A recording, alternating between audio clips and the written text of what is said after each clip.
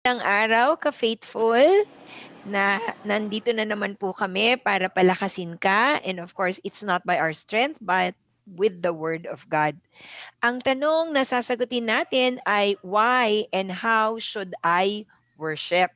Ano nga ba ang ibig sabihin ng worship? Pagkanta lang ba 'to o bibigay ng ibang bagay? Ang worship ay pag-e-express ng iyong pag-ibig at ng iyong pasasalamat sa Diyos. Bakit? Kasi He is somebody great. He is God. Ang dami niyang ginawa sa buhay natin, ang dami niyang patuloy na ginagawa at marami pa siyang ipinangako na gagawin para sa atin. Ang dalawang tanong ay, bakit kailangan kong sambahin si Lord? Why should I worship God? Una na doon ay dahil mahal niya tayo. Dahil mahal niya tayo, dapat mahalin din natin siya pabalik, hindi ba? Ikalawa, lahat ng meron tayo ay galing lamang sa Kanya. So, lahat ng meron ka, dapat ipagpasalamat. At sabi nga natin, ang pagpapasalamat ay pagsamba sa Kanya. Ikatlo, kapag tayo ay sumasamba sa Kanya, nagkakaroon tayo ng mas malawak na pangunawa tungkol sa buhay. Gaya nitong sa Psalm 73. Hindi niya daw maintindihan, pero nung nag-worship siya, biglang ipainaunawa ng Panginoon sa kanya ang mga bagay-bagay.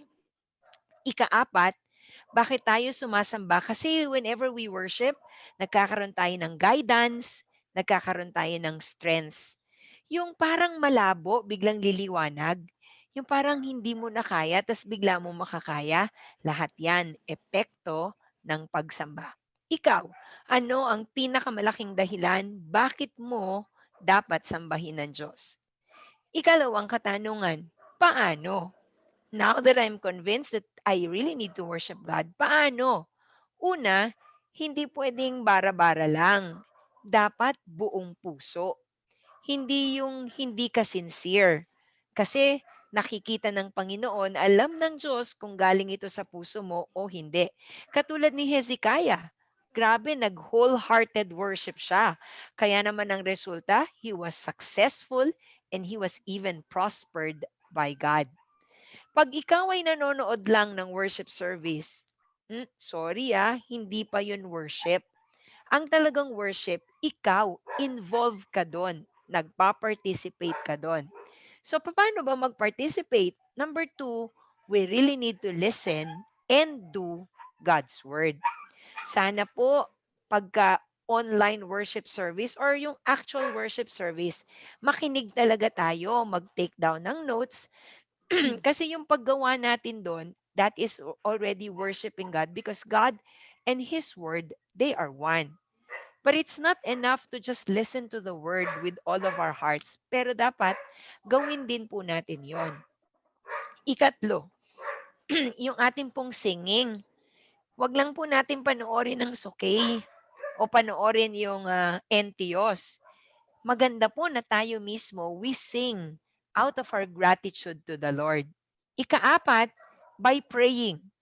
Pag nakikita po natin yung nasa online at yung pong nasa live ay nagpe-pray, let's not watch them. Let's pray with them. Ikalima, yung Lord's Supper. Ang Lord's Supper po ay iniutos ng Panginoon na may kaakibat na kagalingan at pagtugon sa panalangin. Why? Because we remember God's covenant with us. When He died on the cross, sabi niya, by His stripes and by His blood, we are healed. Ika-anim, ang atin din pong pagre-recommit ng ating mga buhay, yung bodies natin na ino-offer natin, yung work natin kahit sa bahay o sa trabaho, ino-offer natin yan kay Lord, that is a form of worship. Ikapito, yung giving back natin, 'di ba? God has blessed us, tapos nagbibigay tayo ng tithes, nagbibigay tayo ng ating offerings, tumutulong tayo sa mga ministries sa ibang tao. Wow, that is a form of worship. At ang ikawalo, by doing discipleship. Sabi sa Ephesians 2:22 na whenever we are being built together, bini-build up natin ang ating mga ka-discipleship, ka-faith group, yung presence ng Diyos ay dadaong doon, and that is one way that we worship God.